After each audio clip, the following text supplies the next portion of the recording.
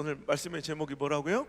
마음이 없으면 핑계만 보이고 마음이 있으면 길이 보인다. 예. 제가 책을 몇 권 썼는데 그 중에서 첫 번째 쓴 책 제목이기도 합니다. 뭐 성경 말씀은 아니지만 우리 삶 가운데 참 크게 적용되고 우리의 삶을 변화시킬 수 있는 말씀인 것 같아요. 자, 제가 이제 개척한 얘기 했으니까 그 시작 한번 이어서 간증하도록 하겠습니다. 제가 아무도 가지 않으려는 땅, 우리 순복음에서는 불모지라고 불리는 순복음의 무덤이라 불린다는 그 얘기 하나에 모든 것 정리해가지고 그냥 겁없이 울산 땅, 한 번도 가보지도 살아보지도 못했던 생면부지의 땅으로 내려갈 때 저는 내가 하나님이라도 내가 이쁘겠더라고. 그렇잖아요. 왜 다른 사람들은 확률 따라, 가능성 따라, 관계 따라, 감정 따라, 확률 따라, 상황 따라, 통계 따라 막 이렇게 지 형편 따라 살아가는데 나는 우리 하나님 시퍼렇게 살아계신 거 증명하고 이거 드러내 보이겠다고 가장 힘든 거 알려달라고. 요즘에 어떤 사람들이 뭐 그렇게 합니까? 그저 이렇게 보기 이렇게 드문 일이잖아요. 그래서 교단 본부에 전화해서 가장 어렵고 가장 힘든 것 하나 찍어달라고 그래서 겁없이 그 총각 전도사가 다 그냥 한 번도 순복음이 발붙이지 못한 이단 소리 든, 지금도 그런 사람들이 있어요. 이단이라고 막 그러는 이런 동네로 첫 번째 최초의 순복음교회를 세우러 이렇게 내려가니까 그리고 하나님께서 난 내가 하나님이라도 난 너무 이쁘겠더라고. 그래서 난 내려만 가면 막 하나님의 역사가 막 흥황하게 막 일어나서 또 형님 왜 또 그쪽에 가 계시대? 또 어디 갔나 한만 찾도 없더니 또 거기 또 숨어 계시네. 예. 그래서 언제든지 가면 막 역사가 일어날 줄 알았더니 또 그렇지도 않습니다. 내려가니까 또 엄청 힘들더라고. 그러니까 이건 어쩔 수 없는 게, 여러분 하나님의 일을 한다고 그죠? 하나님의 뜻대로 산다고 꽃길만 걸어간다는 착각하지 마십시오. 하나님의 뜻대로 살아도, 하나님께 순종하고 살아도 분명히 하나님이 원하시는 길을 걸어가도 힘들고 어려운 일이 있다는 거예요. 믿음은 그것을 극복하고 그것마저도 견뎌내고 그것마저도 버텨내는 게 믿음이지, 여러분 꽃길을 걸어가는 거, 완벽한 형통함을 주시는 것, 여러분 이 가운데서 믿음의 변별력이 없어요.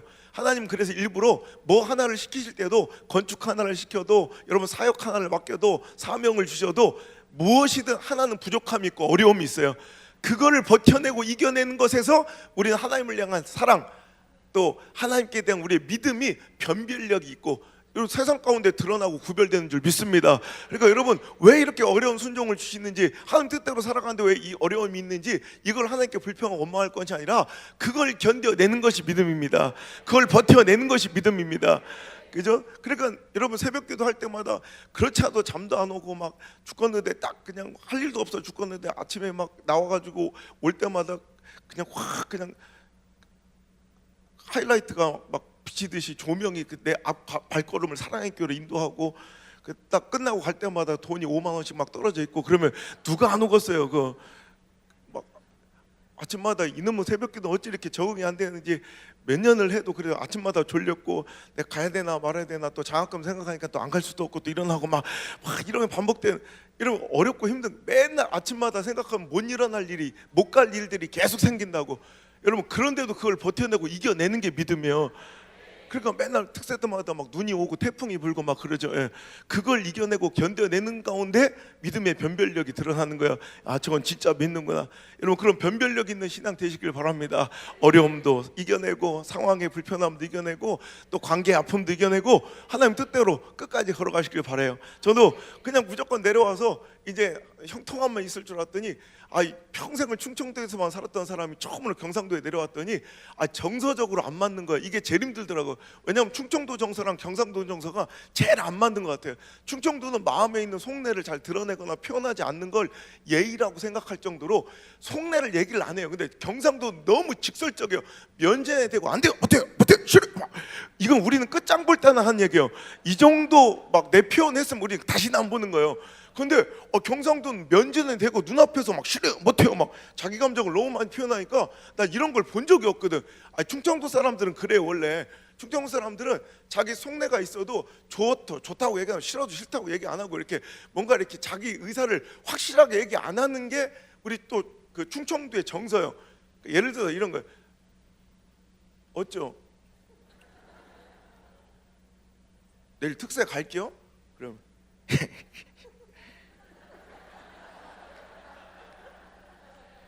갈게요 안 갈게요 그럼 그냥 자, 그래요. 이게 안 간다는 얘기예요. 이게 경상 같으면 싫어 못 가는 이유를 딱 정확하게 얘기하는데 충청도 사람들은 싫어도 안 가도 이렇게 안 간다고 직설적으로 얘기하지 않아요. 자기 의사를 분명하게 표현하지 않는 거예요. 그러니까 싫다는 부정적인, 여러분 충청도 사람을 만나는데 뭘 물어봤는데 날씨 얘기를 괜히 길게 한다, 혹은 뭐 필요도 없는 딴 얘기를 이렇게 주례주례 많이 하면, 혹은 몸을 베베 꼰다, 이러면 그게 안 한다는 얘기예요. 얼마 전에 제가 거제도에 연합성회를 지금 3년 연속 갔는데, 올해도 또 갔는데, 갔더니 이제 목사님들하고 모여가지고 같이 이렇게 식사를 하다가 한 분이, 제가 충청도 출신이라니까 자기 답답했던 얘기를 해주시는 거예요. 자기가 이제 휴가 때 맨날 가는 데가 뻔하잖아요. 휴가 가는데. 그러니까 이번에 좀 특별한 데를 가보자, 가족회를 해가지고 한 번도 휴가 때 가본 적이 없는 저 부여, 충남 부여를 갔대. 근데 가다 보니까 길거리 한 할아버지가 이제 수박을 이렇게 해놓고 돗자리에서 파는데, 수박이 너무 크고 실해 보이는데, 좋긴 좋은데 가격이 좀 비싸더래요. 한 15,000원을 하더래. 재작년에 수박금 좀 비쌌잖아요. 그러니까 15,000원 좀 좋긴 한데 좀 비싸가지고 아저씨한테 이제 딜을 한 거예요. 아저씨 이거 되게 맛있어 보이는데 13,000원에 주세요. 그러면 이제 판다, 경상도 판다 안 판다 딱 얘기를 하는데, 그 아저씨가 아저씨 13,000원에 가져가요 말아요. 그랬더니 아저씨가 아이고 이놈의 파리 새끼들은 뒤지지도 않아. 이게 안 판다는 얘기 이게. 아저씨 딴 얘기 하지 말고 13,000원에 가져가요 말아요. 그랬더니 비가 올라면 오고 말라면 말지 어째 꾸물 며칠째 하늘이 지랄이요. 이게 수박 13,000원에 못 판다는 얘기요. 근데 그것도 모르고 계속 아저씨 13,000원에 가져가요 말아요. 딴 얘기만 계속해요. 그랬더니 그 할아버지 그러더니 그냥 냅둬요. 소나 줘버리게 이러더라는 거예요. 그러니까 충청도 사람들은 자기 속내를 잘 표현하지 않는데, 전 그런 정세에 살다가 딱 경상도 내렸더니 면전에 대고 막 너무 막 싫으면 싫다는 걸 그 자리에서 표현해 보니까 이게 너무 부딪히더라고. 거기다가 영적인 정서가 또 잘 안 맞아. 왜냐면 경상남도는 내가 내려가서 알게 된 사실인데요, 대한민국 전체에서 이 복음화율이 가장 낮은 곳이 경상남도입니다. 저는 몰랐는데 여기처럼 여러분 이렇게 복음화율이 높은 지역에 살고 계신 분들은 이 정서를 모를 거예요. 저는 우리 아버지 따라 이제 충청도에서 많이 살 때, 그쪽 지역은 감리교회 강세 지역, 우리 아버지 감리교 목사님이셨고, 거기가 뭐 30% 이상 되는 이런 복음화율에서만 살다가 여기처럼 뭐 40% 뭐 30% 이런 건 꿈도 못 꾸고요. 경상남도는 10% 넘는 곳이 아무데도 없어요. 여기는 10%대 되면 가장 열악한 곳이잖아요. 그런데 거기는 경상남도 오히려 10%대가 없을 정도로, 그러니까 대도시나 돼서 타 지역 사람들이 많이 섞여야 그나마 5% 7%대 되고요. 뭐 많이 해봤자 8, 9%지 10% 넘는 곳이 없을 정도로 이렇게 열악한 곳. 그러니까 복음화율이 3%도 안 되는 곳이 질비해요. 여러분 이 마지막 때 복음화율이 26%, 뭐 28%, 20%대가 돼도 힘들어 죽겠는데, 경상남도는 복음화율이 3%가 안 돼서 2.3%, 2.5%, 2.6% 이런 곳이, 고성, 산청, 뭐 진주, 밀양, 합천 뭐 이런 데가 다 3% 미만의 지역이에요. 2.3%, 2.6% 막. 우리 동네도 2.4%밖에 안 되는데, 제가 합천의 연합성회를 또 2년 연속 갔는데, 올해 갔더니 내가 어디서 신문에서 읽기를 합천이 복음화율이 2.6%인 거밖에 안 된다고 그래서, 이렇게 해인사 밑자락에 복음화율이 3%도 안 되는 곳에서 말이에요 막 이렇게 설교를 했더니, 갑자기 그 관계자들이 아닙니다, 우리는 5%가 넘습니다. 그래. 뭔 얘기인데 신문에서 분명히 2점 몇 프로라고 봤는데, 아닙니다, 우리는 5%가 넘습니다 막 이래. 그래서 어떻게 된 거인가 볼 때, 제가 그 신문 기사를 본 게 7년 전인데, 그때 합천 전체 합천의 인구가 12만 6천 명이었대요. 근데 지금 인구가 5만 8천인가로 뚝 떨어진 거예요. 그러니까 자기들은 가만히 있었는데 인구가 절반으로 떨어져서 복음화율이 2배가 된 거예요. 그게 자랑이요? 하여튼 그런 곳이, 여러분 질비한 곳이 이 경상남도. 그 중에서도 울산은 태고 쪽부터 귀신, 미신, 불교, 우상이 아주 찌들어 있는 동네라, 오죽하면요, 여기서는 상상도 못할 일인데, 울산광역시 시 마크 있잖아요. 시 엠블럼. 시 마크가 녹색 선이 이렇게 3개가 있고 동그라미 하나 찍혀 있는, 빨간 동그라미 찍혀 있는 게 울산시 마크래요. 그래서 이게 뭘 상징하는 거 찾아봤더니, 요 첫 번째 선은 태화사라는 절을 지킨 용 한 마리, 요 두 번째 선은 우리 문학 시간에 배운 처용이라는 귀신 한 마리, 요 세 번째서는 동해바다 지키는 용 한 마리를 상징해서 만든 게 울산시 엠블럼이 된 거예요. 여러분 만약에 목포에서 이런 일이 일어났다, 목포시의 상징 얼굴을 3마리 용과 귀신을 짬뽕해서 만들었다, 그럼 그 시장, 그 국회의원 가만두겠어요? 바로 낙선운동 들어가고 정신생 끝나버리지. 근데 그런 것들이 이루어질 수 있는 땅이 울산이에요. 그래도 울산은 도시니까 사람이라도 많이 살지. 저는 울산 시내에 사는 게 아니라 울산에서 차로 1시간 정도 떨어진 리단위의 바닷가 마을. 그러니까 여러분 혹시 아실라나 모르겠다. 우리나라에서 해가 가장 먼저 뜨는 곳이 혹시 어딘지 아세요? 이렇게 섬 빼놓고 우리 한반도 안에서 해가 가장 먼저 떠오르는 곳이 어딘지 아세요 혹시? 예? 많은 분들이 이렇게 포항의 호미곶이라고 생각하죠. 근데 아니에요.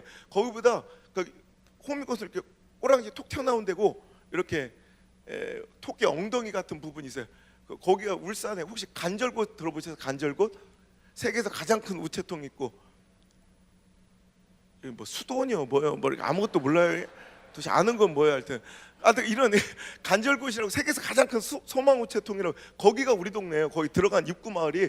그래서 온양 순복리 할 때 온양은 행정구역상 이름이지 우리 동네 사람들 저도 온양이 어디서부터 어디까지 온양인지 몰라요. 저도 우리 동네 사람들은 온양이라면 잘 모르고요.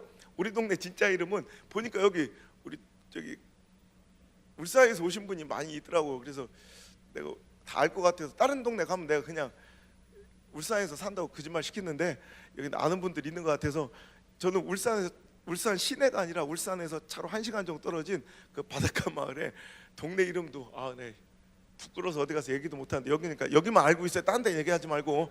부끄러워서 어디 가서 얘기도 못하는데 우리 동네 진짜 이름은 남창. 부끄러워 죽겠는 거예요. 어떤 놈이 동네 이름은 저 남창이 뭐예요? 남창이 촌발 충만하게. 그래도 늘 감사하는 마음으로 살려고 노력을 해요. 어느 날 보니까 옆 동네보단 그래도 옆 동네 이름보단 낫더라고. 오늘 보니까 옆 동네 이름은 정관. 이게 뭐가 극단적이요. 시골 사람들은 막 남창 아니면 막 정관이요. 또 그 옆 동네 이름은 대변. 막 이런 동네에 살고 있어요 제가. 그러니까 처음에 막 시골에 내려갔더니 너무 막 이게 적응이 안 되는 거예요. 생각해보세요. 런던, 오사카, 뭐 서울 세계 10대, 20대 안에 들어가는 그런 대도시에만 살다가 느닷없이 갑자기 막 남창, 막 시골로 내려오니까 너무 그 정서가 그 시골에 사는 게 너무너무 힘든 거야. 거기다가 이 시골에서 생개척을 하니까 요즘은 농어촌이요 얼마나 교회가 힘드냐면 그냥 가만히 있어도 교회들이 문을 닫아가요. 우리 동네에서 제가 개척을 하니까 사람들이 다 손가락을 시작하는 거예요. 있던 교회도 간판을 내리고 팔려가고 진짜 얼마 전에도 한 통합적 교회 하나가 건물이 팔려나갔고 또 대신적 교회 하나가 술집으로 팔려나갔고 또 백석적 교회 하나가 또 저기 이단 이제 하나님교회 몰라요? 이제 안상홍 증인에 있잖아. 왜 가서 교회 건물 사서 십자가 떨어뜨리는 그런 놈들 있잖아. 또 안씨 집안에 또 그런 놈이 나왔는지. 원래 우리 안씨 집안이 그런 집안이 아닌데 일단 안씨를 대표해서 죄송하다는 말씀 드리고 하여튼 이번에 백석집 교회 하나도요 이 하나님 교회한테 팔려나가서 십자가가 떨어져 나가고 그러니까 있던 교회들도 팔려나가고 진짜 어려운 지경에 이 총각 전도사가 뭣도 모르고 내려와서 개척을 시작하니까 사람 저 미친놈이라고 막 손가락질 하는 거예요. 얼마나 버티는지 보겠다고. 그래도 저는 믿음이 있었던 게 어떻게든 건축만 하고 개척만 해놓으면 하나님께서 역사해 주실 거란 믿음을 가지고 진짜 등짐을 져가면서 그때는 경험도 없어가지고 돈은 돈대로 더 나가고 사기를 하도 당해가지고 목수놈이 내 돈 갖고 지 공구를 다 사. 아니 목수가 뭐 공구도 없으면서 보니까 나도 영수증은 맞는데 지 공구를 다 산 거예요. 그러고 나서 이제 그걸로 시작을 하니까 돈은 일반적으로 제가 지금 다시지만 한 3분의 1이면 질 수 있는 그러니까 돈은 돈대로 들어가고 돈이 많이 들어갔으면 고생을 안 해야 되잖아요. 근데 등짐은 제가 등짐대로 다 지고 고생은 고생대로 돈대로 어떻게 목수가 글쎄 본당의 바닥을 이 공구리를요 3번을 쳤는데 수평을 못 맞춰. 울룩불룩해요. 진짜 3번을 공구리를 쳤는데 수평도 못 맞추는 이러니까 사기를 당해. 그래서 결국 하지도 않고 거의 마무리도 안 하고 도망쳐 버리고. 그러니까 막 이렇게 돈은 돈대로 들어가고 진짜 예배당 건물만 이렇게 딱 해어놨는데 아무것도 성구도 성물도 살 돈이 없어서 진짜 우리 믿음의 선배님들 옛날 개척할 때처럼 진짜 거적대기 깔아놓고 사각개척 엎어놓고 개척을 진짜 시작해야 되는 그런 상황이 된 거예요. 그래도 얼마나 기쁜지. 진짜로 돗자리 깔아놓고 첫 예배를 드려야 되는데 어디서 연락이 오기를 저기 산에 버려진 그러니까 기도원에서 버린 강대상이 하나 있다는 거예요. 여러분 기도원은 웬만하면 안 버려요. 근데 기도원에서 버렸으면 어지간한 거예요. 근데 그거라도 전 산에서 그 강대상을 짊어지고 그 산에서 내려온 거야. 그 강대상이 얼마나 복음적인 강대상인지 성경책 위에 다른 걸 올려놓으면 무너져요. 진짜 얼마나 복음적인지.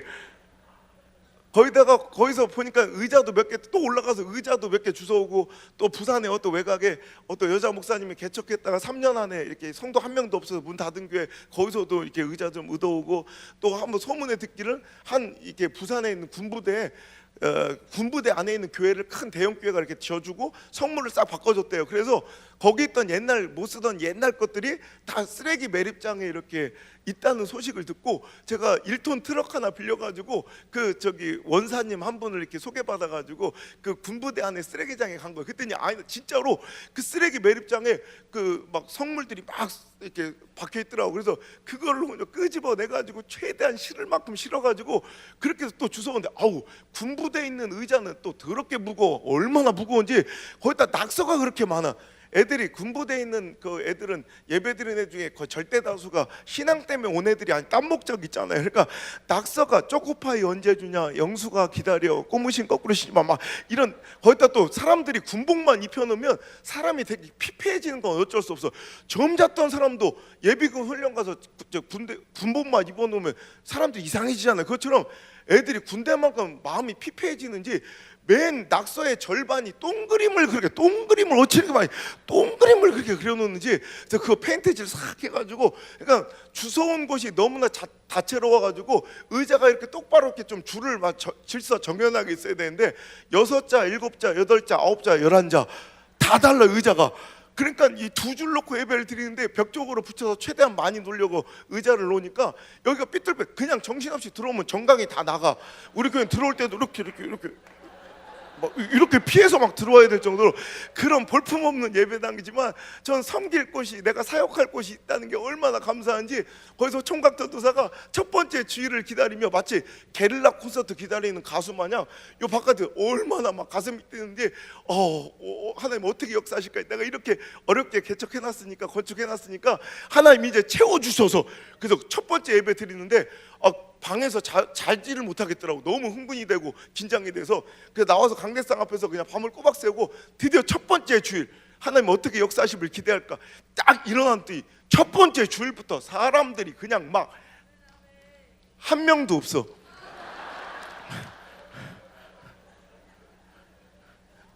누님 다 듣고 박수를 쳐줘야지. 나 깜짝 놀랐어요. 난 사람이 한 명도 없는 교회를 그날 처음 본 거예요. 아니, 어찌 그럴까? 난 우리 아버지 교회만 보고 자라서, 아무리 시골에도 우리 아버지 교회는 이게 한 성도 몇백 명은 있었거든요. 그러니까 항상 나는 교회는 당연히 사람들은 교회만 있으면 사람들은 그냥 원래 있는 건 줄 알았어요. 몇백 명이.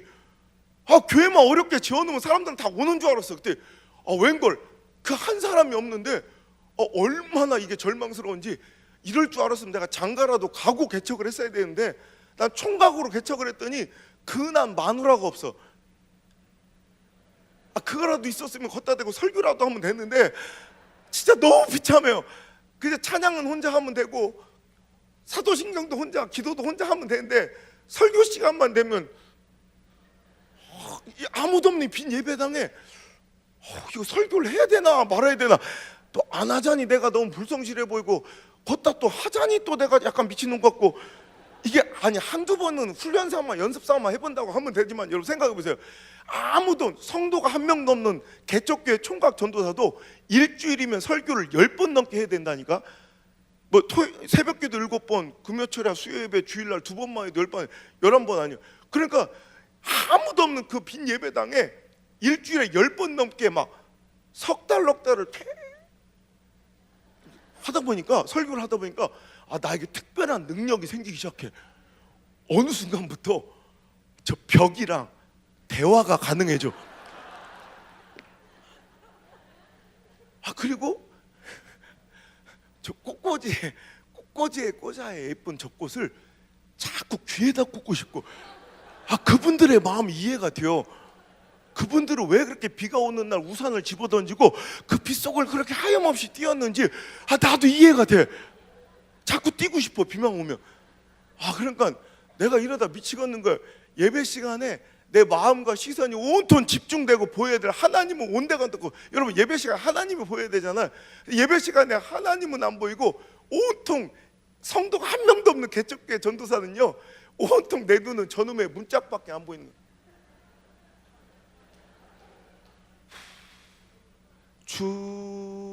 주님도 때로는 울기도 하셨다며. 혹시 잠겼나 저게? 나갔다 오는 거예요. 누님 저게 왜 잠기겠어? 내가 들어올 때 10번도 넘게 확인 다 해봤는데 저게 느닷없이 왜 잠기겠어? 근데 그렇게 믿고 싶은 거예요. 저게 잠겨서 저 바깥에 혹시라도 누구 한 명 서 있지 않을까? 말도 안 되는 기대인데 그 아무도 없는 빈 공간에 또 설교할 게 너무너무 싫어가지고 예배 시간에 그 강대상을 내려와서 저기를 가서 문을 한번 열어보고 오는 거예요. 여러분 이게 얼마나 비참한지, 아무도 없는 거 확인하고 오늘도 또 혼자 아무도 없는 빈 예배당에 설교할 걸 생각하면 너무 힘들어서 이렇게 돌아오면, 옛날에 제 처음 개척했던 강대상이 부럽고 한 단 딱 싸서, 그러니까 부럽고 20cm짜리 그 20cm짜리 그 강대상이 절벽처럼 높아 보여. 여기 올라가기가 너무 싫은 거야. 제가 얼마나 눈물이. 제가 한번, 이게 말로 하니까 웃기지 진짜 이거 경험해 본 사람들은요 이거 너무너무 비참. 제가 한번 대전 성시와 연합성에 이렇게 한밭제일교회라는 교회에서 내가 집회를 하는데 그때 뭐 몇천 명이 모였어요. 근데 그중 이 얘기를 했더니 목사님 사모님들이 수백 명이 막 펑펑 울더라고. 이걸 지금 경험하고 있는 분들이에요. 이 마음을 아시는 분들. 그 한 사람이 여러분 사람이 고파 본 적 있어요? 사람이 그리움을 넘어서 막 사람이 고픈 거예요. 이것만 해도 또 아무도 없는 데서 철철 울면서 얼마나 눈물이 나는지 성경을 못 읽을 정도로 눈물이. 그 한 사람이 없어서 빈 예배당에 혼자 설교하는 이 막 비참함이 너무 싫어서 이 정도만 해도 충분히 슬픈 절망에 빠져 있는 저를 어느 날 이 절망의 절벽 끝으로 밀어쳐 넣는 사건이 벌어요. 여러분 저 웬만하면 열리지 않는 저 철옹성 같은 저 문이, 개척교회는 웬만하면 문이 안 열려요. 근데 그 철옹성 같은 문이 어느 날 예배 시간에 덜컥 열려. 그럼 막 내 심장도 막 덜컥 막 발바닥까지 떨어졌다 올라와. 얼마나 막 놀랍고 반가워. 이건 그냥 나무 문이 아니야. 하늘 문이 열린 것 같아. 진짜 사람이 이렇게 들어오는데 사람을 안 보이고 하나님이 현현하신 것 같아. 자, 개척교회는요 사람 한 명이 하나님처럼 반가워. 그럼 얼마나 반갑고 고맙고 또 행복한지 막 눈물이 툭 터지면서 진짜 눈아래가 빠지고 얼마나 행복한지. 어느 순간 그 사람이 이렇게 들어오니까 내가 뭐 어떻게 하려고 생각한 것도 아닌데 이미 내가 강대상 내려와서 막 맞이하러 가는 거야. 얼마나 좋으면, 얼마나 행복하면 막 그 사람을 맞이하러 벌써 내려왔어. 내 마음은 그런데 또 그쪽 마음이 그렇지가 않아. 내 마음과 그 마음이 일치가 돼야 뭔가 역사가 터지는데 난 이토록 반갑고 그리운데 그 사람들은 우리 교회 올라고 온 게 아니라 그냥 이게 큰 울산이나 부산에, 우리가 울산 광역시 울주군, 부산 광역시 기장군의 딱 경계 마을이에요. 산 밑에 마을. 그러니까 울산이나 부산에 큰 교회, 대형 교회를 이렇게 다니는 사람들이 주일날은 가서 본교회에서 예배 드리는데 주중에 수요일이나 새벽기도까지 맨날 갈 수가 없으니까 그냥 집 근처에 만만한 교회 하나 찾아가지고 새벽기도 한번, 수요예배 한번 드리려고 우연히 그냥, 우리 교회는 하도 잘 숨겨놔가지고 우리 교회보다 딴 교회 가는 사람들이 많아요. 그러니까 그 정도로 그냥 우연히 가다가 길을 잃고 와가지고 아이씨 여기가 어디요? 엄마 여기 교회가 다 있었네? 언제부터 있던 거 은양순복교회. 그래 오늘은 늦었는데 여기서 한번 예배 드리고 갈까? 얼마나 복음적인 교회예요. 길 잃은 자들만 오는 교회. 그냥 길 잃어서 한번 온 거예요. 그래서 우리 교회 다닐 것도 아니고 그냥 와서 예배 한번 드리려고 그냥 자기도 아무 생각 없이 문 한번 열었을 뿐인데 웬걸 문을 열고 보니까 새파랗게 어린 총각 전사가 눈아래가 시뻘개서 막 잡아먹으려고 덤비지. 성도는 한 명도 안 앉아있지. 갑자기 놀래가지고 엄마 개척교회다! 그러고 문을 팍 닫고 도망치는 거예요. 무슨 개척교회가 뭐 조계사예요, 신천지요. 뭐 개척교회가 뭐 불륜의 현장이야. 못 볼 걸 본 것 마냥 문을 화들짝 놀래 닫아버려. 그럼 전 저기요, 당신 여기 앉아 있어줘야 그 다음 사람이 오면 덜 놀랄 거 아니에요. 그럼 그건 네 사정이죠 하고 도망가. 내가 얼마 만에 본 사람인데 너무너무 섭섭하게 그거를 와서 내가 영원히 함께 하자는 것도 아니고 그냥 한번 온 김에 내 생각 같으면 그래요. 아이고야 저 총각 전도사가 언제부터 저 아무도 없는 빈 공간에 미친놈처럼 혼자 설교하고 있었나? 아이고 나라도 왔으니 그냥 오늘 예배라도 드려주고 가자. 근데 한 번만 예배 드려주면, 한 번만 드려주고 가면 얼마나 좋아. 물론 부담은 스럽겠지. 1시간 반 동안 둘이 눈알이를 또 이렇게 마주치고 이렇게 1시간 반 동안 있으려면 부담스럽겠지. 그래도 전 한 번만 해주면 되잖아. 한 번만. 그걸 안 해주고 그냥 확 도망치는 그 여자를 보면 너무 속상해서 저는요, 개척을 다시 하는 꿈을 계속, 우리 군대 다시 가는 꿈 남자들 꾸는 것처럼 저는 개척 다시 하는 꿈이 악몽이에요. 그때마다 그 여자가 꼭 나와. 10몇 년이 지나도 그 상처가, 그 서운함이 아직도 안 풀렸나 봐. 여러분, 제가 365일 하루도 안 쉬고 전국 활동 돌아, 요또 끝나면 또 곡성에 또 연합성에 가고, 그 다음에 또 서울 집회에다가, 그 다음에 또 구미 집회에다가, 그 다음에 또 광주 집회에다가 계속 미친 듯이 365일 하루도 안 쉬고 이렇게 집회 다닌 이유가 뭔지 알아요? 언젠간 잡히겠지. 내가 한 1200개 교회인데 아직도 못 잡았어. 그래서 오면 여자들 한 번씩 이렇게 보는 거, 이렇게 혹시 여기 있나 싶어가지고. 여러분, 맨날 이렇게 문이 열리는 것도 힘들어 죽겠는데 문이 열렸다 팍 닫히고 도망치고. 그러니까 이 개척교회와 미자립 교회들은 이 상처가 너무 많아요. 좀 안정되려고 하면 사람 왔다 들라고 나가고 이런 상처들이 너무 커가지고, 이제 문이 열리면 뭔가 기대가 되고 무슨 희망의 단초로 보이는 게 아니라, 문이 열리고 사람이 들으면 또 어떤 상처를 주고 떠날까에 대한 두려움이 벌써 드는 거야. 그러니까 이런 것에 자꾸 내가 짓눌려 가면서 어느 순간 절망에 익숙해지고 패배를 받아들이고 있더라고. 그때 정신을 바짝 차린 게, 그래 내가 여기 뭐하러 왔지? 하나님의 시퍼렇게 살아계심을 증명하겠다고, 하나님의 살아계심의 간증거리 되겠다고 내가 와놓고선, 마치 아까 읽은 본문의 말씀처럼 골리앗 같은 이 시대의 확률과 대세가, 통계와 가능성이, 이제는 하나님은 죽었다 하며 교회를 조롱하고 있는데, 이제 너희들 시대는 끝났다고 자꾸 손가락질하고 있는데, 아니라고. 다윗처럼 내가 우리 하나님 시퍼렇게 살아계시다고 오늘도 내가 증명하고 싶어 여기 내려왔는데, 우리 내 교회와 내 목회를 통해 하나님의 살아계심의 간증거리가 되긴커녕 오히려 하나님의 또 다른 조롱거리, 하나님의 모독거리가 되고 있는 내 모습이 너무너무 싫어가지고, 이렇게 문 닫고 이렇게 주저앉으면 내가 하나님의 조롱거리가 되겠다, 하나님의 또 다른 모독거리가 되겠다 싶으니까 이게 너무너무 받아들이기 없어. 그래서 그냥 앉아서 징징거리면 사람 안 온다고 이렇게 울고만 있지 말고, 이제부터 나가서 뭐라도 찾아보자. 이제 전도 비슷한 걸 이렇게 해보는 거예요. 그때부터 탁 나가서 막 이 동네 사람들 만나러 막 가가지고 이게 전도를 하러 가면, 동네 사람들 우리 교회를 안 나와도 내가 시골교회 개척교회 전도사관 다 아는 거예요. 왜냐면 손바닥만한 시골 동네니까. 그러니까 사람들이 저를 안 만나줘요. 동네 사람들이 부담스러우니까 내가 다가면서도 저를 얼마나 아껴주시든지, 제가 이렇게 다가서면 우리 동네 분들이 홍해가 갈라지듯 싹 갈라져 이렇게. 그러니까 내가 만날 수 있고 저랑 말을 섞어주시고, 상대 그쪽이 또 텃세가 너무너무 심해가지고요, 새로운 사람들, 이 사투리 안 쓰는 사람들을 잘 받아들여 주지 않는 그런 정서 속에서 내가 가서 아무리 이렇게 만나려고 해도 안 만나줘. 그러니까 그때 제가 상대할 수 있던 제 전도의 대상자는 딱 두 부류밖에 없더라고. 이렇게 아무것도 모르는 어린애들, 편견이 없는 순수한 애들 있잖아요. 5살짜리, 7살짜리, 초등학교 2학년, 초등학교 4학년, 중학교 1학년, 이런 애들이 우리 교회 첫 성도가 되는 거예요. 그 아이들이 우리 살아있는 교회도 보니까 요즘에 이렇게 다음 세대들이 이렇게 살아있는 교회가 잘 없거든요. 우리 교회도 정말 시골 교회지만 청년부 또 청소년부들이 아주 정말 강력하거든요. 그래서 웬만한 그 위에 대학 연합교회 같은 데 가면은 애들 강력하잖아요. 근데 우리 교회 가면 거기서 바로 그 애들 팀장 정도 될 정도로, 그 정도 애들이 시골이지만 되게 강력하게 키우는데, 걔들이 바로 주축 세력이 돼서 우리 교회 지금 주축 같은 기둥들이 다 돼가고 있고요. 거기다 또 한 부류의 사람들이 알코올 중독자들로서 가족들한테 버림받아 오갈 데 없는 그런 사람들, 우리 동네 몰려들어 굉장히 골칫덩어리가 돼 있었는데, 그분들은 또 저랑 말을 섞어주더라고. 그래서 그분들을, 성도도 한 명도 없으니까 제가, 여러분 오죽했으면 가족들이 버렸겠어요. 오죽했으면 아버지를 버렸겠어요. 오죽했으면 자기 남편을 버렸겠어. 정말 너무너무 중증의 알코올 중독자들, 그런 분들을 제가 30여 명을 모시고 섬기기 시작했어요. 진짜 그때 생각하면 너무너무 힘든 게, 잠을 못 자는 게 가장 힘든 거예요. 그분들은 그냥 술주정을 뭐 시간 맞춰 하는 게 아니라 밤이고 낮이고 새벽이고 막 그냥 저한테 화풀이를 다 하는 거예요. 마음에 있는 응어리진 상처를 술만 먹으면 이 폭력성으로 나오면, 아무한테나 또 술 취한 사람도 다 알아요. 가서 잘못 동네 사람한테 행패 부리면 맞아 죽는 거 아니까, 저한테 아무리 술 취해도 저를 찾아와서 옥고장을 부리고 막 꼭 제 멱살을 잡고, 막 어떨 때는 너무너무 피곤하니까 잠을 못 자니까 맞으면서도 이렇게 맞으면서도 졸아. 너무너무 힘든 거예요.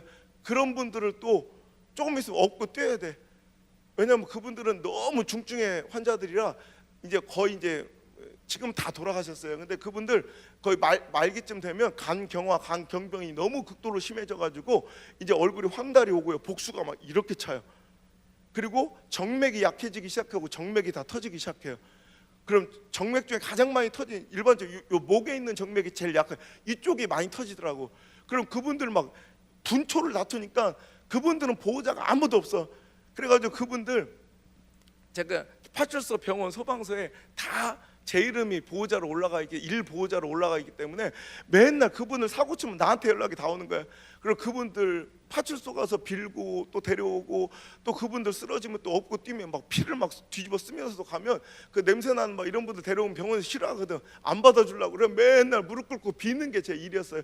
제발 받아달라고, 제발 살려달라고. 내가 병원에 절대로 손에 안 끼칠 테니까, 내가 내 장기를 팔아서라도 어떻게든 수술비 다 갚을 테니까 살려달라고, 살려달라고. 맨날 무릎 꿇고 우는 게 일이었어요. 저는 별로 이렇게 접은 기억이 없어요. 공부든 싸움이든 운동이든 어렸을 때부터. 그러니까 누가 나를 이렇게 내려다보는 시선에 별로 익숙지가 않아요. 근데 그때는 맨날 주저하는, 맨날 무릎 꿇고 비는 게 아직도 잊혀지지 않는 그 눈빛이, 아주 어린 간호사인데 제가 막 무릎 꿇고 원무과에서 막 안 받아주니까 이렇게 빌고 있는데 저를 이렇게 쓰레기 보듯 이렇게 보던 그 눈빛이 아직도 기억나.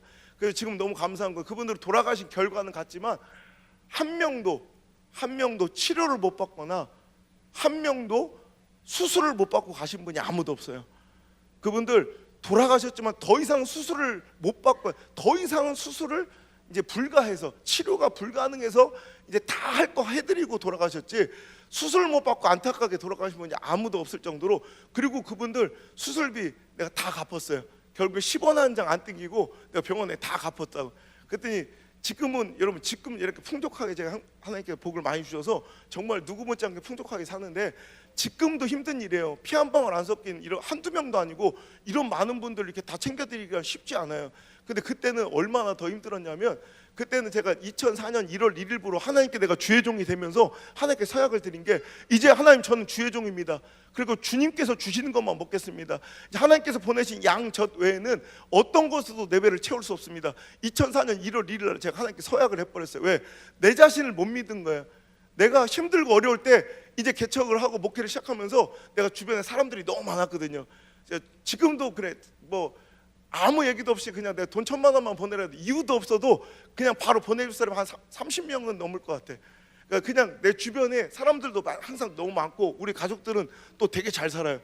하나님 축복 주셔서 우리 엄마 아빠가 바보처럼 목회하시며 바보처럼 이렇게 사셨는데, 그 복을 우리 가족들이 다 받아가지고, 그러니까 우리 누나하고 여동생하고 이렇게, 또 누나 남편 뭐 매형, 그리고 여동생하고 또 그 새끼 그거 4명이 11조만 보내어도 웬만한 작은 교회는 자립이 될 정도로 하나님께 그렇게 복을 많이 주셨어요. 그러니까 이게 무서운 거예요. 내가 힘들고 어려울 때마다 하나님만 바라봐야 되는데 구질구질하게 사람 바라볼 것 같아서 기도줄만 생명줄처럼 잡아야 되는데, 구질구질하게 힘들 때마다 전화통 붙들 것 같은 내 모습이 싫어서 아예 배수의 진을 쳐버리고 그 길로 가지 않도록 저는 약속하면 무조건 지키니까 2004년 1월 1일부로 딱 그 약속을 해드리고 진짜 너무너무 힘들게 살았어요. 옛날 얘기처럼 들리겠지만 저는 2004년 1월 1일부터 하나님께 서약하고 지금까지 가족들의 6년 동안 가족들하고 연도 끊고요, 내 목회 현장에 내려오지도 못하게. 왜? 밥을 굶고 있는 내 모습을 보여주기가 싫어가지고. 그러니까 제가 얼마 전에 막 펑펑 울었네. 근데 서재를 정리하다 일기장이 하나 나왔는데 2005년도 4월달 5월달 내가 개척한 지 딱 1년 되는 해인데, 4월달 5월달 2달 중에 제가 금식한 날이 이렇게 체크가 돼 있어 세보니까 60일 중에 4월달 5월달 2달 60일 중에 내가 40일을 금식을 했더라고. 그러니까 쌀이 떨어지고 라면도 떨어지면 그냥 금식기도 들어가면, 내가 금식을 하면 어제도 얘기했던 저한테 26 어린 나이에 시집왔던 그 우리 집사람이 한 끼라도 더 먹는 거야.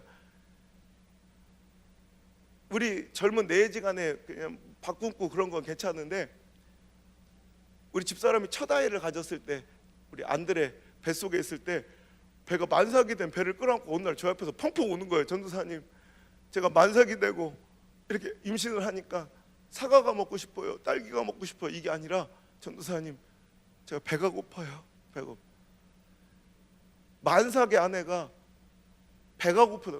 전도사님 라면이라도 먹고 싶어요. 어느 날 이상한 소리가 들려서 문을 열어보니까 사역자 남편한테 맨날 우는 모습을 보이는 게 미안했던지 만삭의 배를 끌어안고 우리 집사람이 저한테 안 들키려고 입을 이렇게 틀어막고 울고 있더라고. 배가 너무 고프다 못해 배가 아파가지고 그 모습을 보는데 막 내 자신이 너무 싫은 거야. 그 문을 팍 닫고 막 미친 듯이 막 달렸는데 보니까 강대상에 엎드려 있더라고요. 그때 제가 하나님께 불평하고 원망하며 하나님 시키셔서 하나님 원하시는 자리로 왔는데 이게 뭡니까? 불평하고 원망했다면 저는 이 자리에 없을 거예요. 그때 제가 하나님께 드렸던 기도가 하나님 사랑합니다 였어요. 그리고 하나님 감사합니다. 내가 주의 일을 하면 이렇게 핍절함도 고난도 겪을 수 있어 감사하고, 우리 첫째 아이 우리 안드레는 뱃속에 있을 때 내가 너무 미안했던 게 산부인과를 못 데려간 거예요. 돈이 없어서. 아들인지 딸인지도 모르는 거예요. 초음파 이런 걸 못 해줘가지고 저 뱃속에 있는 아이는 아들인지 딸인지 모르겠지만 하나님께서 뱃속부터 목회자 가정의 아픔과 이 핍절에 동참하게 해주셔서 감사한, 저 자녀를 들었어서 한 민족과 국가를 살리는 위대한 하나님의 종으로 사용해달라고 이렇게 하나님께 기도하고, 진짜 우리 아이 태어났을 때 기저귀가 없어가지고요 일회용 기저귀를 못 채웠어요. 그래서 이 천조각이 이렇게 찢어가, 요즘 천기저귀 쓰는 사람이 있어야지 얻어 쓰지. 그러니까 이 셔츠 같은 거, 면 티셔츠 같은 거 찢어가지고, 참 지금 생각하면 추억이 됐지만 우리 집사람이 26에 저한테 시집 와서 이게 4년 겨울을 지나는 동안 3남매를 출산하고 살아갔는데, 이 4년 겨울 동안 우리는 한 번도 보일러 운전 버튼을 못 눌러봤어요. 보일러를 한 번도 못 틀고 사는 거예요. 그러니까 얼음장 같은 이 찬물에 우리 아들 똥기저귀를 제가 빨면 손가락이 끊어질 거예요. 그래서 제가 약간 이렇게 더운 것에 대해서 잘 못 참아요.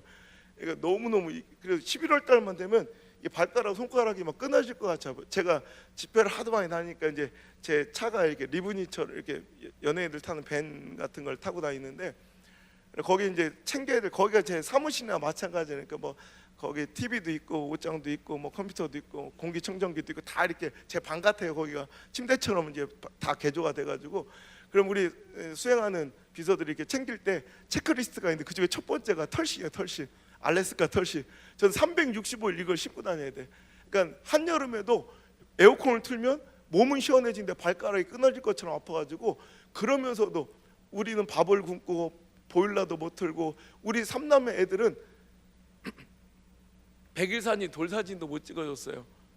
그런데도 그분들은 영정사진 다 찍어서, 그분들은 보일러 떼드리고, 왜냐하면 그분들은 조금만 추우면 이제 저체온 쪽으로 돌아가세요. 그래서 그분들은 오히려, 우리는 보일러를 못 틀어도 그분들은 보일러 떼드리고, 그분들은 밥 먹이고, 우리 애기들은 병원도 못 데려가도 그분들은 병원 데려가고, 그분들은 사진 다 찍어서 돌아가시면 가족들도 찾지 않는 빈소를 제가 끝까지 옆에서 진짜 슬픔으로 옆에 지켜드렸더니, 그 친구분들이 마음을 열고, 그분들은 가족들한테 버림받은 상처가 있기 때문에 절대로 마음을 안 열어요, 사람한테. 그런데 그분들이 점점점 마음을 열고 우리 교회로 와주시는 것이 1명, 2명, 5명, 10명, 15명, 그 알코올 중독자들로 너무너무, 그분들 와서 1년을 못 견디고 거의 그러니까 그때 그게 너무 감사한 게, 인생 마지막 극장골, 역전골처럼 정말 인생의 마지막에 예수님 딱 붙들고 영접하고 천국 가는 그 모습 뵐 때마다 이것만큼 행복한 사역이 있는가. 근데 그 감사해, 그분들도 저한테 주시는 마지막 선물이, 그분들이 그 좁아터진 예배당에 10몇 명 앉아 있으니까 그래도 꼭 성전이 그래도 꽤 그득해 보이는 거야. 그러니까 나타난 변화가, 문이 열렸다가 팍 닫히지가 않아. 드디어 문이 열렸다가, 왜 앞에 사람이 앉아, 뒤통수만 보면 그게 알코올 중독인지 납 중독인지 어떻게 알아. 그러니까 누가 왔다 이렇게 앞에 몇 명 앉아 있으니까 부담이 없으니까 뒤에 앉아서 이렇게 팔짱을 끼고 드디어 말씀을 들어주는 거예요. 그게 얼마나 감사한지. 그럼 여러분 생각해보세요. 큰 이제 울산이나 부산 시내 큰 대형교회 다니는 분들이 그 조그만 시골의 개척교회 순복음에 걷다가 이 어린 전도사가 이렇게 설교하고 있으니까 다 이렇게 팔짱을 끼고 이렇게 한번 해봐라. 그래서 점점 말씀을 듣다가 점점 그러면서 우리 교회 와서 주일날은 자기 와서 예배 드리고, 새벽 기도와 수요 예배를 우리 교회에서 6개월에서 8개월만 딱 드리면 거의 100% 다 왔어요. 100%. 4대째 5대째 막 이런 신앙인들이 오히려 거꾸로 울산, 부산, 뭐 시내에서 그 시골 마을 남창으로 막 들어오기 시작하네. 지금도 우리 교회 절반 이상이 다 1시간, 2시간 이상 거리에서 오세요. 그 시골 마을로. 그리고 아예 이사, 우리 교회 앞에 아파트 단지가 하나 생겼다고 그랬잖아요, 1년 전에. 거기에 거의 뭐 몇십 가정은 다 우리 교회가 이미 딱 선예약을 해버려가지고 우리 교회 근처는 전세비나 이게 조금씩 다 높아요. 하도 사람들이 우리 교회 옆으로 이사를 많이 오니까 그 정도로 이제 그 시골 마을로 사람들이 몰려오면서 이제 우리 교회는 예배당에는 화장실, 제가 사는 이 조그만 문간방 외에는 아무것도 없어. 그러니까 뭐 진짜 응접실도 없고 문 열면 그냥 마당이고 예배당이에요. 그러니까 사람들이 막 한 6개월, 8개월 우리 교회 새벽기도 예배 드리면 와가지고 가족들을 다 데리고 와가지고 무릎을 꿇는 거예요. 그냥 가족들이 다 마당에 그냥 무릎을 꿇고, 전도사님 말씀 하나 따라왔습니다, 걷어주십시오. 그럼 그냥 뭐 그러시던지 뭐 이래가지고 못 이기는 척 받아주면서 그 사람들이 점점점 늘어나면서 그 시골 마을 남창에 개척의 성공의 유래가 한 번도 없었던 그 땅에 처음으로 우리 교회가 개척하고 4년 반 만에 처음으로 그 조각만한 예배당에 100명 성도가 모여서 예배를 드리는 기적 같은 일이 벌어나고요. 여러분 6년 만에 120명 성도가 2층으로 건축을 다시 한번 두 번째 건축을 하고, 더 이상은 이제 수용이 불가능해서 이제 2010년도에 이제 그 남창 안에서도 더 멀리 외곽으로, 남창 안에서도 뭐 이렇게 뭐라고 그 중심가가 있을까, 남창에도 다운타운, 하여튼 뭐 남창 안에도 뭐 하여튼 중심가가 있을 거 아니에요. 거기서 완전히 외곽에 길도 하나 없고 가로등 불빛도 하나 없고 집 한 채도 없는 풀밭 구덩이에 거기 가서 뭐 하려고 하는지, 그런 데로 우리가 이사를 가서 거기서 다시 한번 제2의 개척을 선포하고, 총각전도사 혼자 와가지고 이렇게 했는데도 이렇게 6년 만에 이렇게 됐으니 120년 데리고 다시 개척하는 마음으로 가면 얼마나 크게 붕될까, 이런 기대감으로 가가지고 이제 건축을 세 번째 다시 한 게 이제 지금 우리가 있는 그 지역 그 자리가 된 건데, 오늘 이 이야기는 오늘 수요 예배 때, 오늘 저녁 예배 때 제가 이어서 이제 그 부흥한 이야기를 또 해드리도록 하겠습니다. 시간이 이렇게 짧으니까 끄떡하면 벌써 시간이 지났어. 와, 이게 막 이렇게 다이나믹해 본 집회는 나 처음이야 이게. 여러분 오늘 이 말씀 들으면서 제가 하나만 여러분 우리 붙들고 오늘 기도했으면 좋겠어요. 여러분 마음이 없으면 죽을 때까지 못할 이유만 계속해서 보여요. 하지만 마음이 있으면 그 사람들에게는 길이 보여요. 오늘도 환경과 처지, 형편, 가능성, 확률 보면 골리앗과 싸울 가능성과 확률, 오히려 환경, 형편이 더 좋은 건 사울의 군졸들 수만 명, 무기 들고 창 들었던 이 사울의 군인들이 훨씬 더 확률이 좁지만 그들은 전의를 상실, 즉 싸울 마음이 없는 거, 싸울 뜻, 의지가 없으면 맨날 못할 이유만 보이고 있지만, 여러분 다윗처럼 싸울 마음이 있으면, 하나님의 영광 위에 싸울 마음이 있으면 물맷돌이라는 길이 보여 그들을 이길 수 있는 힘을, 능력을 하나님 주실 줄 믿습니다. 여러분 신앙도 마찬가지예요. 순종할 마음이 없고 건축할 마음이 없고 선교할 마음이 없고 헌신할 마음이 없고 사역할 마음이 없으면 죽는 날까지 변명과 핑계거리만 보이지만, 여러분 사역할 마음이 있고 순종할 마음이 있고 여러분 건축할 마음이 있고, 아멘 다 할 때까지 아무도 못 나가죠. 문 잠궈 다. 여러분 건축할 마음이 있고 선교할 마음이 있고 순종할 마음이 있고 새벽기도할 마음이 있으면 어떻게든 하나님께서 길을 주시는 분임을 믿으시길 바랍니다. 오늘 기도할 때 하나님 마음이 없어 핑계만 보는 자 되지 않게 하시고 마음이 있어 길을 보는 인생 되게 하여 주옵소서. 특별히 우리 자녀들이 다윗처럼 영의 눈이 활짝 열려서 오늘도 하나님께서 명령하신 그 사명과 순종의 길을 걸어갈 때 오늘도 마음이 없어 쪼다처럼 찌질이처럼 환경 처지 형편에 짓눌린 그지 같은 인생 살지 말고 오늘도 마음이 있으니, 순종할 마음이 있으니 오늘도 하나님께서 길을 주시는 물맷돌 들고 전진하는 승리의 인생, 그런 승리의 용사가 되게 해달라고 기도합시다. 감사합니다. 저녁에 뵙겠습니다. 할렐루야.